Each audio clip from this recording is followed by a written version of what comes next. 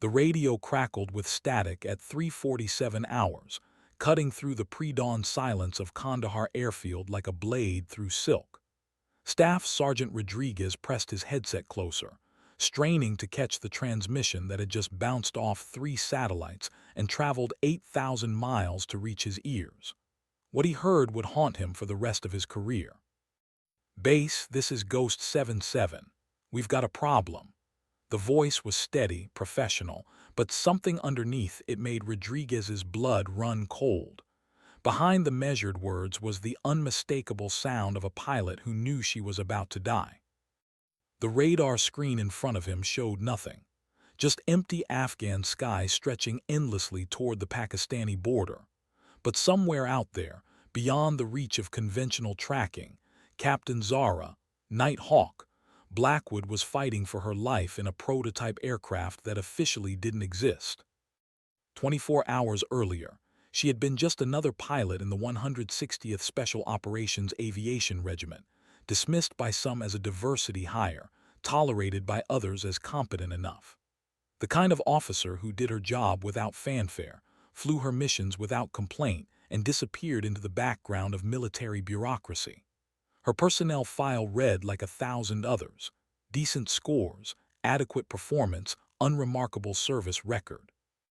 What the file didn't mention was the way she could thread an Apache through a canyon at night with her eyes closed, or how she'd pulled off 3 impossible extractions in Syria that saved the lives of 37 Green Berets. It didn't capture the hours she spent studying enemy tactics, memorizing terrain maps, or the fact that she could identify aircraft by engine sound alone from 2 miles away. The mission briefing had been classified above Rodriguez's pay grade. All he knew was that Night Hawk had volunteered for something the others wouldn't touch, something that required flying deeper into hostile territory than anyone had gone before. The brass had picked her not because she was the best pilot they had, but because she was expendable enough to risk and skilled enough to possibly survive. Now, as her voice faded in and out through the static, Rodriguez realized they had all made a terrible mistake. This wasn't just another routine operation gone wrong. This was something else entirely, something that would redefine everything they thought they knew about warfare, courage, and what it meant to serve in the shadows where heroes weren't born.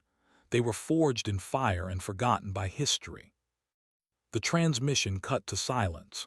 On his screen, Ghost 77 had vanished completely, as if it had never existed at all. But Rodriguez knew better. Somewhere in that vast darkness, Night Hawk was just getting started. 48 hours before the radio went silent, Captain Zara Blackwood stood in the hangar at a classified airfield, staring at an aircraft that defied every principle of aerodynamics she'd learned at flight school.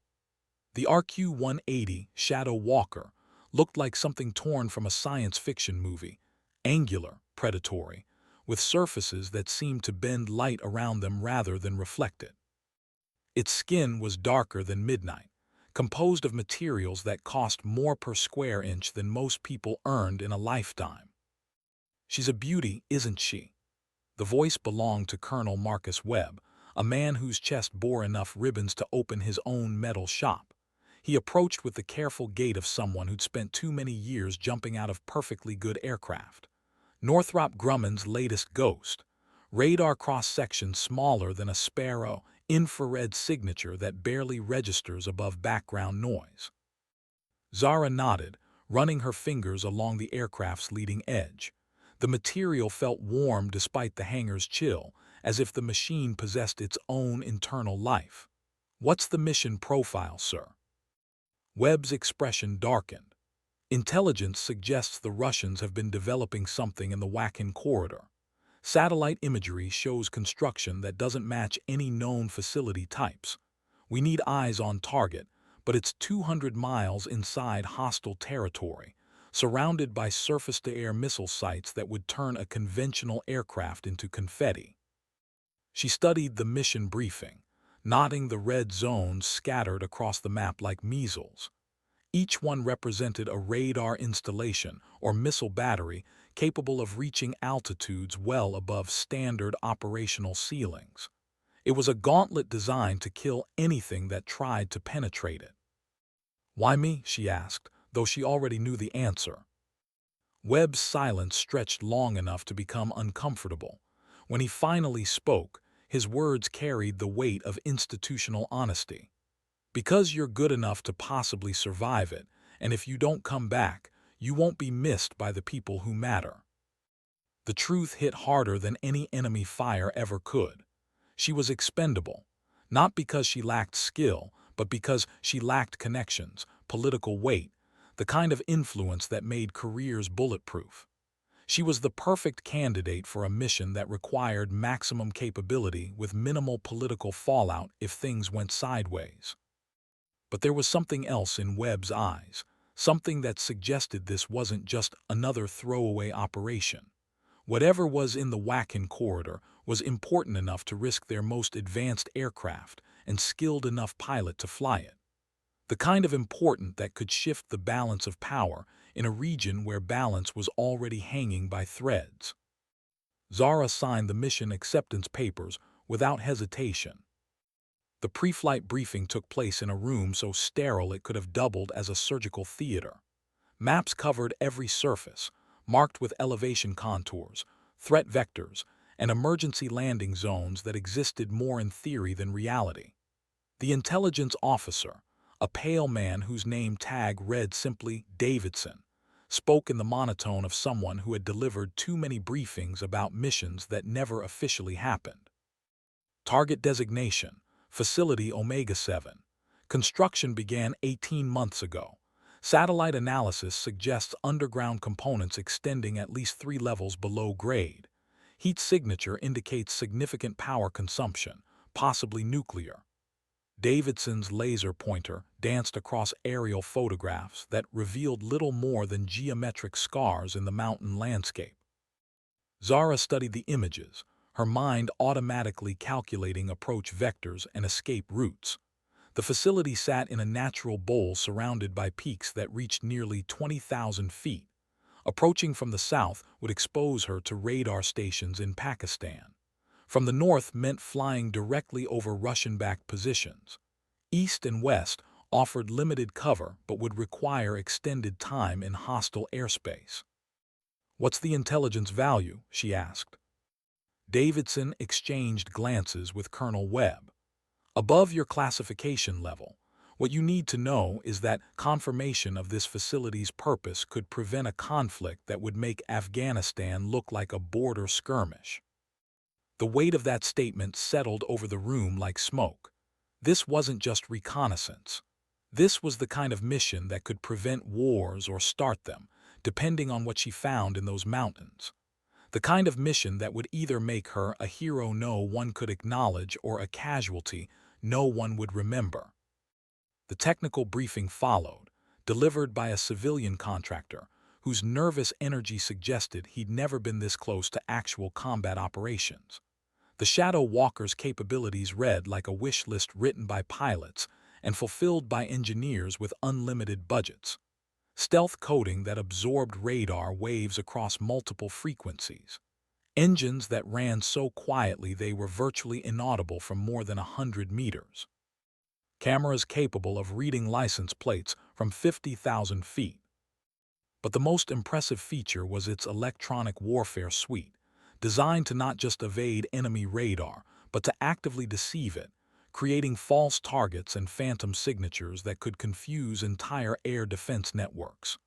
In the right hands, the Shadow Walker wasn't just invisible. It was a ghost that could make other aircraft disappear as well. The briefing ended with a handshake and a look that said more than words ever could. Webb understood what he was asking of her. Davidson understood the stakes. And Zara understood that she was about to fly into the kind of darkness that swallowed pilots whole and never gave them back. The engine spooled up with a whisper that seemed impossible for something capable of breaking the sound barrier. Zara ran through her pre-flight checklist with the methodical precision of someone who had performed these rituals thousands of times. Each switch and gauge confirmation, a small prayer against the mechanical failures that killed more pilots than enemy fire ever did. "Ghost 77, You are cleared for departure. Maintain radio silence until checkpoint Alpha. The tower controller's voice carried the practiced neutrality of someone who had sent pilots into the dark before and learned not to invest too much emotion in their safe return. The Shadow Walker lifted off like smoke rising from a campfire, so smoothly that Zara barely felt the transition from ground to air. The aircraft seemed eager to leave the Earth behind, as if it belonged more to the sky than to any hangar or runway. Within minutes, they were climbing through layers of cloud that parted around the aircraft's nose like curtains being drawn aside. At 30,000 feet, Afghanistan spread below them like a topographical map come to life. Mountain ranges carved the landscape into geometric patterns of light and shadow, while valleys snaked between peaks like ancient rivers frozen in stone. It was beautiful in the way that dangerous things often were, deceptive in its vastness and unforgiving in its reality. The first checkpoint passed without incident. Pakistani radar stations swept the sky with electronic fingers that passed right through them, searching for aircraft that conventional technology could detect. The Shadow Walker moved through their coverage zones like a shark through water, present but unnoticed, deadly but unseen. Zara allowed herself a moment of professional satisfaction. The engineers had delivered on their promises. Whatever exotic materials composed the aircraft's skin, whatever mathematical wizardry shaped its surfaces, it all worked exactly as advertised. She was flying the most advanced aircraft ever built, invisible to the very systems designed to track and destroy her. But she also knew that stealth was only as good as the intelligence that informed it. Radar frequencies could change. New detection methods could emerge overnight. And somewhere in the mountains ahead, people with decades of experience in shooting down aircraft were waiting for something exactly like her to make a mistake. The radio remained silent except for the occasional burst of static that suggested encrypted communications bouncing off the ionosphere. Other aircraft were out there: Russian fighters, Pakistani interceptors, American drones conducting their own secret missions. An invisible ballet of metal and electronics played out in the darkness, each participant unaware of the others, each one a potential catalyst for the kind of incident that could escalate into global conflict.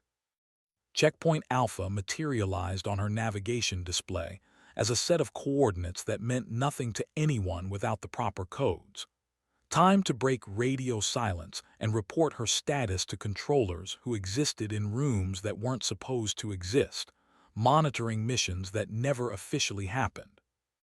The mountains of the Wakhan corridor rose from the earth like the spine of some sleeping giant, their peaks catching starlight and throwing it back in crystalline fragments that could mesmerize unwary pilots into fatal mistakes. Zara had studied these mountains for weeks, memorizing their profiles and elevations, but seeing them in person was different. They possessed a malevolent beauty that suggested they had been waiting centuries for aircraft to dare their heights. Russian radar installations dotted the ridgelines like electronic campfires, their dishes rotating in patterns that spoke of military precision and lethal intent. Each one represented a bubble of detection capability that could turn her invisible aircraft into a very visible fireball. The Shadow Walker's countermeasures were sophisticated, but they weren't magic. Get too close, stay too long, and even the most advanced stealth technology would fail. Base, this is Ghost 77 approaching target area. No contacts, maintaining prescribed altitude. Her voice was steady, professional, giving no indication of the adrenaline that was beginning to flow through her system like liquid electricity. This was the moment every pilot trained for but hoped never to experience, flying alone into hostile territory with nothing but skill, technology, and luck standing between survival and disaster. The facility appeared first as a geometric anomaly against the natural chaos of the mountain landscape. What satellite imagery had shown as simple construction revealed itself to be far more complex when viewed from above. The surface installations were just the beginning. Heat signatures suggested a vast underground complex that extended deep into the mountain's core, powered by something that generated enough energy to light a small city. Zara began her reconnaissance run, the Shadow Walker's cameras recording everything in resolution so high that analysts thousands of miles away would be able to count individual rivets on whatever machinery occupied those tunnels. But as she banked around the facility's perimeter, something changed on her threat display. New contacts were appearing, radar signatures that hadn't been there moments before. Surface-to-air missiles were coming online, their targeting systems awakening like predators sensing prey. Someone down there had detected something, even if they couldn't identify exactly what it was. The trap was closing, and she was flying directly into its center. Her hands moved across the controls with practiced efficiency, activating electronic countermeasures that would hopefully confuse the missile guidance systems long enough for her to escape. The Shadow Walker's engines responded to her commands with a surge of power that pressed her back into her seat, acceleration that could turn a human body into paste if not properly managed. But the missiles were already in the air, their exhaust trails visible against the star-filled sky like deadly fireworks climbing toward her altitude. She had perhaps 30 seconds before the first one reached intercept range. 30 seconds to prove that all her training and the billions of dollars invested in her aircraft were worth more than the determination of people who wanted her dead. The first missile passed so close that its proximity fuse should have detonated the warhead, but the Shadow Walker's stealth coding and electronic jamming created just enough confusion to send it spiraling off into the night like a disappointed predator. The second missile was smarter, its guidance system adapting to her countermeasures with the ruthless efficiency of artificial intelligence designed for killing. Zara threw the aircraft into a diving turn that would have torn the wings off a conventional fighter, but the Shadow Walker was built for stresses that existed at the edge of human endurance. G-forces crushed her into her seat with the weight of giants, blood pooling in her extremities as her cardiovascular system struggled to maintain consciousness against physics that didn't care about human limitations. The missile exploded 50 meters behind her, its warhead spraying shrapnel in a pattern that would have shredded anything made of conventional materials. But the Shadow Walker's skin was designed to withstand more than just radar waves. Fragments that should have punctured fuel tanks and severed control lines bounced off surfaces that had been engineered at the molecular level to defeat exactly this kind of attack. More missiles were launching, their trails creating a constellation of death that seemed to fill the entire sky. Russian crews who had spent years training for exactly this scenario were putting their skills against American technology that represented the bleeding edge of military science. It was a test that only one side could survive, and the outcome would determine far more than just the fate of a single pilot. The radio crackled to life, with voices speaking in languages she didn't recognize, urgent communications between missile crews and command centers, as they tried to coordinate their attack against a target they could barely detect. But she could hear something else in their transmissions, a note of confusion and growing frustration that suggested their most sophisticated weapons were failing to perform as designed. She was invisible, but she was not invincible, and somewhere in those mountains, people were learning her limitations with each missile they fired. The electronic warfare suite lit up like a Christmas tree as targeting radars locked onto her position with increasing precision. Whatever confusion her countermeasures had initially created was wearing off, replaced by adaptive algorithms that learned from each failure and adjusted their parameters accordingly. The Russians weren't just throwing missiles into the sky. They were conducting real-time analysis of her stealth characteristics and developing countermeasures on the fly. A new type of radar signature appeared on her threat display, something she'd never seen before in training scenarios or intelligence briefings. The waveform was unlike anything in her database, operating on frequencies that shouldn't have been able to penetrate the Shadow Walker's stealth coding. Someone down there was using technology that wasn't supposed to exist, turning her advantages into vulnerabilities with the flip of a switch. Ghost 77 to base. I'm taking heavy fire from unknown radar systems. Request immediate extraction support. Her voice remained controlled, but the urgency was unmistakable. This wasn't going according to plan, and the Russians were demonstrating capabilities that would rewrite everything the Pentagon thought it knew about enemy air defenses. The response came through layers of encryption and satellite relays, distorted by distance and desperation. Negative, Ghost 77. No extraction assets in range. You are on your own. The words hit like physical blows, confirmation that she had always been expendable but somehow believing otherwise until this moment.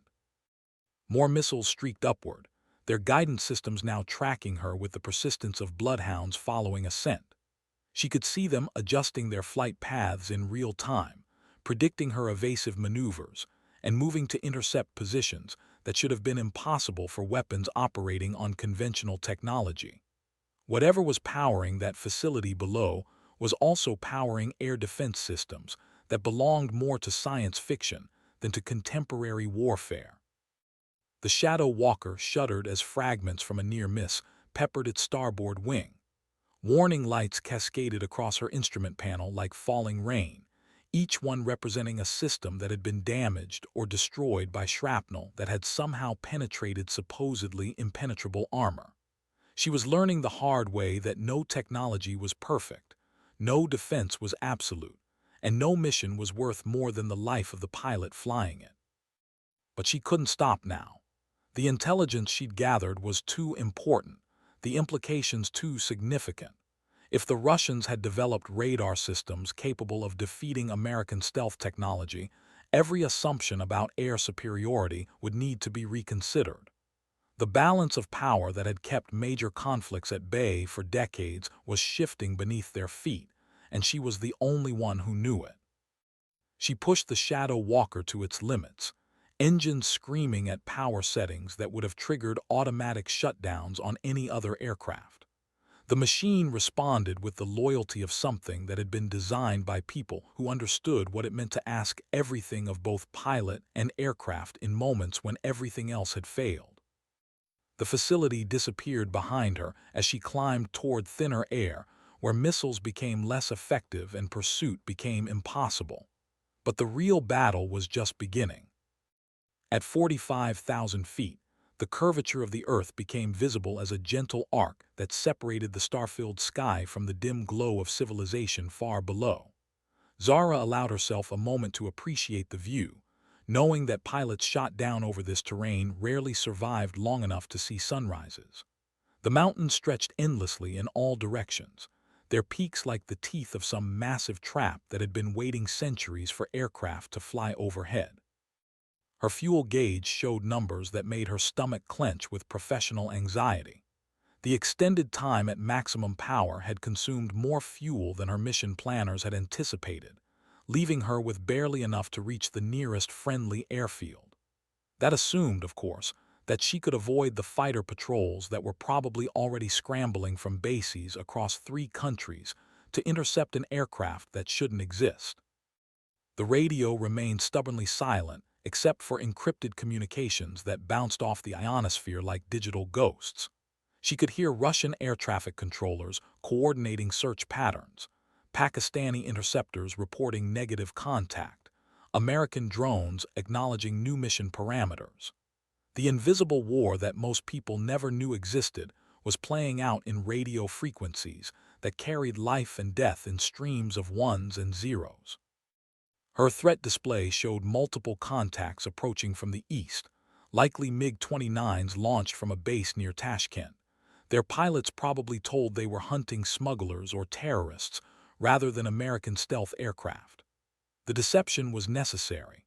Admitting they were specifically hunting advanced American technology would be tantamount to declaring war, something neither side wanted despite the missiles that had been trying to kill her minutes earlier. The Shadow Walker's passive sensors painted a detailed picture of the airspace around her, each contact tagged with range, bearing, and probability of hostile intent. Most were routine, commercial aircraft following established airways, military transports conducting scheduled runs, reconnaissance drones monitoring borders that existed more on maps than in the minds of the people living along them. But three contacts were different, their flight patterns suggesting search rather than transit, hunters rather than travelers. She reduced power to minimize her infrared signature, trading speed for invisibility as the MiGs approached her altitude. Their radar sweeps passed through the space she occupied without detecting her presence, but she could see them adjusting their search pattern with the methodical precision of pilots who had done this before. Someone was directing them toward her approximate position, using intelligence that came from the facility she'd just photographed. The implications sent ice through her veins. If the Russians could track stealth aircraft well enough to vector interceptors into general proximity, then every advantage American forces thought they possessed was an illusion. The technological superiority that had defined military planning for decades was evaporating like morning mist, replaced by a reality where invisible aircraft could be hunted like any other prey. One of the MiGs passed close enough for her to see the pilot's helmet through the canopy, his head turning side to side as he searched visually for something his instruments couldn't locate. For a moment, their eyes seemed to meet across the darkness and distance, two professionals engaged in a deadly game where the rules were changing faster than anyone could adapt. Then he was gone, disappearing into the night like a shark returning to deeper water, but she knew he would be back. They all would be back, with better sensors and different tactics, until they found a way to turn her advantage into her weakness. The lights of Kandahar appeared on the horizon like a constellation that had fallen to Earth, each point of illumination representing safety, fuel, maintenance, and the kind of military infrastructure that could keep both pilot and aircraft operational for another mission. But between her current position and that safety lay 200 miles of airspace controlled by people who wanted her dead, monitored by sensors that were learning to see through her stealth, and patrolled by interceptors whose pilots were probably good enough to shoot her down if they could find her. Her hands moved across the controls with the unconscious precision of someone who had spent so many hours in cockpits that the interface between human and machine had become seamless. Fuel flow, engine parameters, navigational waypoints. Each adjustment was calculated to maximize her chances of survival, while minimizing her exposure to the threats that were undoubtedly converging on her position. The mission had been a success in terms of intelligence gathering. The cameras had recorded everything, the electronic sensors had captured emission signatures, and her own observations had provided context that no automated system could supply. What she'd learned about Russian air defense capabilities would revolutionize American stealth technology, assuming she lived long enough to deliver the information to people who could act on it. But success in military terms was often measured in survival rates, and hers was beginning to look increasingly theoretical. The fuel gauge continued its relentless countdown toward zero, each minute of flight time bringing her closer to the point where landing would become mandatory regardless of whether the ground below was friendly or hostile. She began calculating glide ratios and emergency landing sites, the kind of contingency planning that separated professional pilots from those who simply flew aircraft. The mountains below were unforgiving, but there were valleys wide enough for a dead-stick landing if her engines failed at the wrong moment. Most of those valleys were also controlled by people who would either shoot her on sight or sell her to the highest bidder, but death was preferable to capture in this particular conflict. The radio crackled with a transmission that made her blood freeze in her veins. Unknown aircraft operating in restricted airspace. You are ordered to land immediately or you will be shot down. The voice was speaking English with a Russian accent, calm and professional and absolutely certain of its authority to make that threat. They could see her. Somehow, despite every advantage that billions of dollars and decades of research could provide, they could see her well enough to issue direct communications. The invisible aircraft wasn't invisible anymore, and the hunter had become the hunted with the finality of a mousetrap closing on its prey. She didn't respond to the radio call, but her silence was answer enough. In the distance, she could see afterburners lighting up like stars being born, interceptors accelerating to intercept speeds with the urgency of predators who had finally located their prey. The real chase was just beginning, and this time there would be nowhere to hide. The afterburners grew brighter as the interceptors closed the distance, their pilots pushing their aircraft to maximum performance in the thin air where engines struggled and control surfaces became less effective. But Zara had advantages beyond stealth. The Shadow Walker was designed for exactly this scenario, with engines that produced more thrust per pound than anything else in the sky and aerodynamics that remained stable at speeds that would tear conventional aircraft apart. She pushed the throttles forward until warning lights illuminated across her instrument panel, each one a reminder that she was operating beyond the aircraft's tested limits. The Shadow Walker responded with a surge of acceleration that pressed her deep into her seat, gravity becoming a physical opponent that threatened to crush consciousness from her body. But she had trained for this, spending hours in centrifuges that simulated the forces of combat maneuvering, until her cardiovascular system had adapted to function under conditions that would incapacitate untrained personnel. The interceptors were falling behind, their older engines unable to match the sustained power output of the Shadow Walker's advanced propulsion system. But they weren't giving up, and she could see additional contacts approaching from multiple vectors as air defense commanders coordinated a response that would close every possible escape route. It was a classic box formation, designed to channel her into a killing zone where overwhelming firepower would compensate for any technological advantages she might possess. Her fuel situation was becoming critical, the gauge showing numbers that meant she had perhaps 20 minutes of flight time remaining at current power settings. Every second of maximum thrust consumed fuel at rates that made long-range navigation impossible, but slowing down would allow the interceptors to close within missile range. It was a mathematical equation with only one solution. She had to reach friendly airspace before her tanks ran dry, or the mission would end with her death and the loss of intelligence that could prevent a war. The radio crackled again, this time with American voices coordinating search and rescue operations that wouldn't officially exist. Ghost 77, if you can hear this transmission, be advised that extraction assets are moving to predetermined coordinates. You are not forgotten. The words carried more emotion than military communications usually allowed, suggesting that someone in the chain of command understood exactly what she was facing and what she had accomplished. But extraction was still hundreds of miles away, across airspace that was rapidly filling with hostile aircraft, whose pilots had been told that shooting down the intruder was a matter of national security. She could see them on her display, converging from bases across Central Asia with the coordination of a military machine that had been designed specifically to prevent aircraft like hers from operating in their territory. A new threat appeared on her display, something that made her breath catch in her throat. Surface-to-air missiles were launching from sites she hadn't even detected, their exhaust plumes visible against the star-filled sky like deadly fireworks climbing toward her altitude. These weren't the hasty shots fired from the facility she'd photographed. These were carefully planned intercepts from positions that had been waiting for exactly this scenario. The missiles climbed with the relentless pursuit of mechanical determination, their guidance systems locked onto her heat signature with precision that suggested they were designed specifically to defeat stealth aircraft.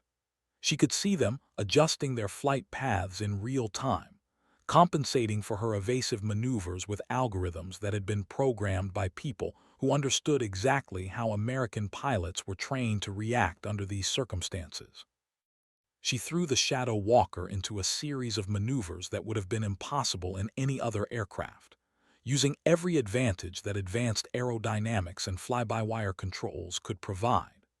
The machine responded with the loyalty of something that had been designed by engineers who understood what it meant to ask everything of both pilot and aircraft in moments when survival depended on the margin between theoretical capabilities and physical reality.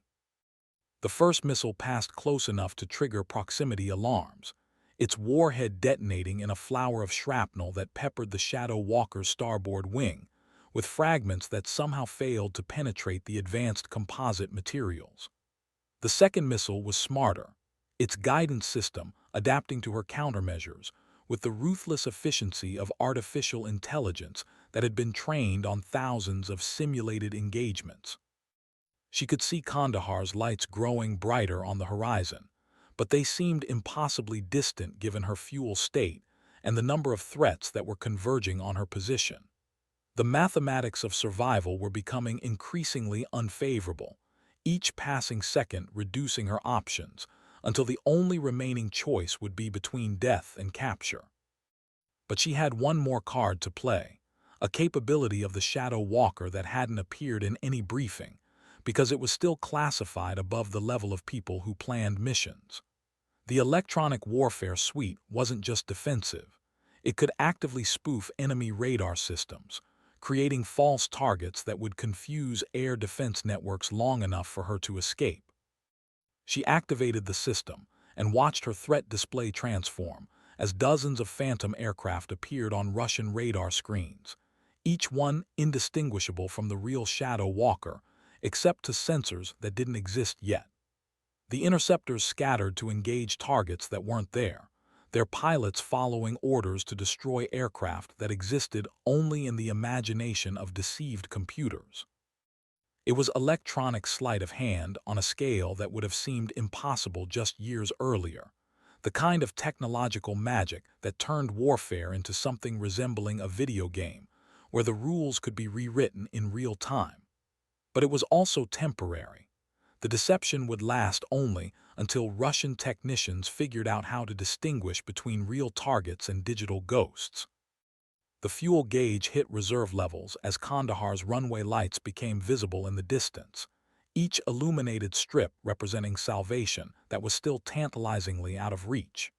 She began calculating glide ratios and emergency procedures, the kind of contingency planning that every pilot hoped never to use, but trained for constantly because the difference between preparation and improvisation was usually measured in survival rates.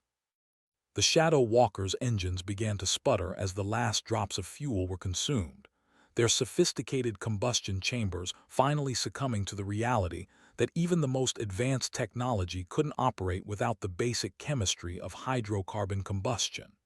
She had perhaps 90 seconds of gliding flight remaining, enough to reach the runway if she managed her energy perfectly, and if no unexpected obstacles appeared in her path. Below her, the lights of friendly forces sparkled like diamonds scattered across velvet, each point of illumination representing safety and support, and the kind of military infrastructure that could protect both pilot and intelligence from enemies who were undoubtedly still searching for ways to turn success into disaster. But between her current altitude and that safety lay 2 miles of air that might as well have been an ocean for all the control she had over her descent. The landing gear extended with mechanical precision, hydraulic systems functioning normally despite the damage from missile fragments and the stress of combat maneuvering.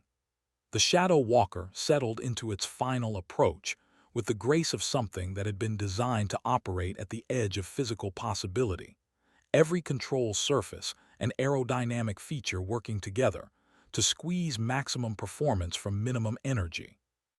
She touched down on Kandahar's runway with barely enough forward momentum to reach the taxiway, engines silent and systems shutting down as the aircraft coasted to a stop under its own diminishing kinetic energy.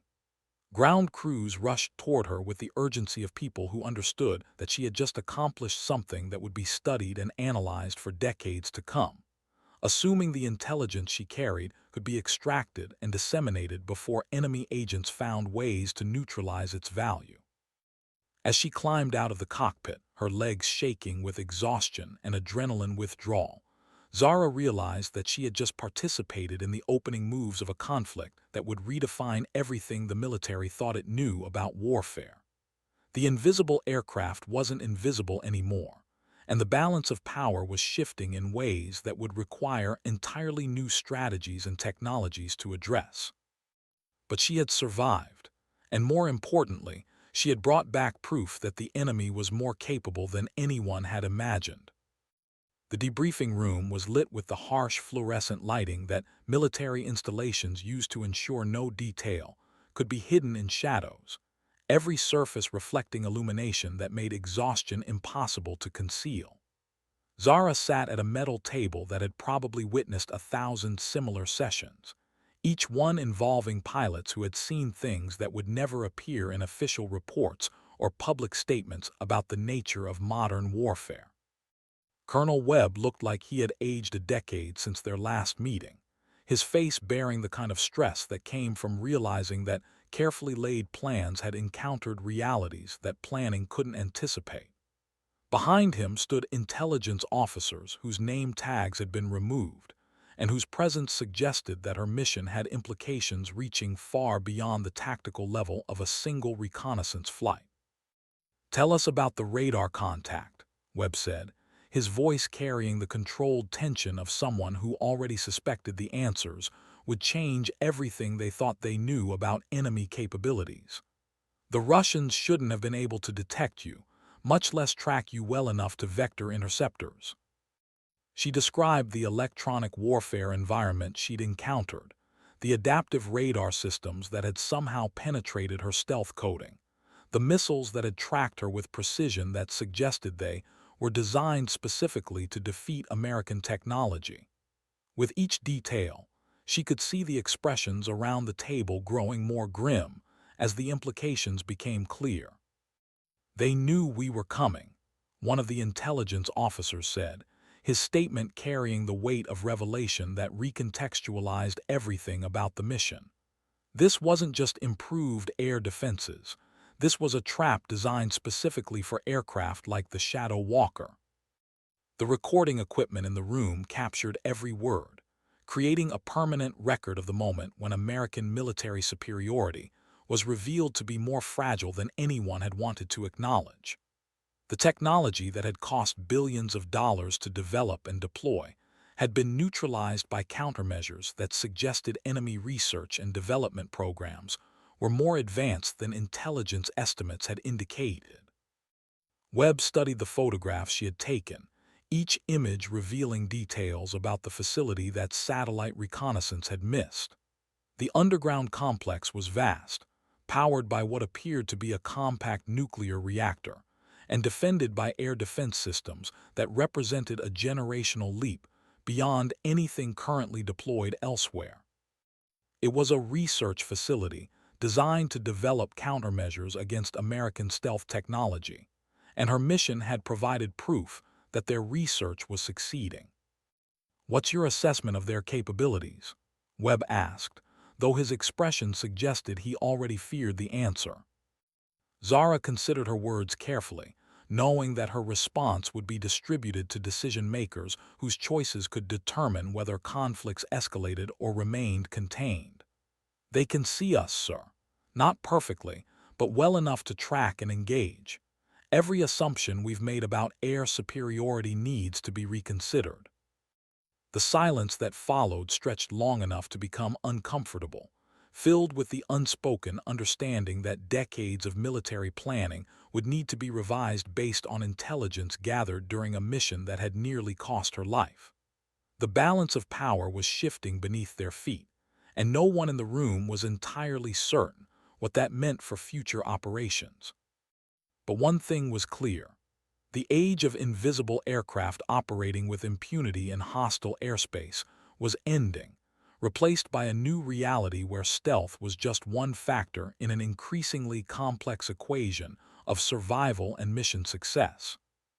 The intelligence officers began asking technical questions about radar frequencies, missile guidance systems, and electronic countermeasures, each query designed to extract every possible detail that could help American engineers develop responses to capabilities they had never expected to encounter.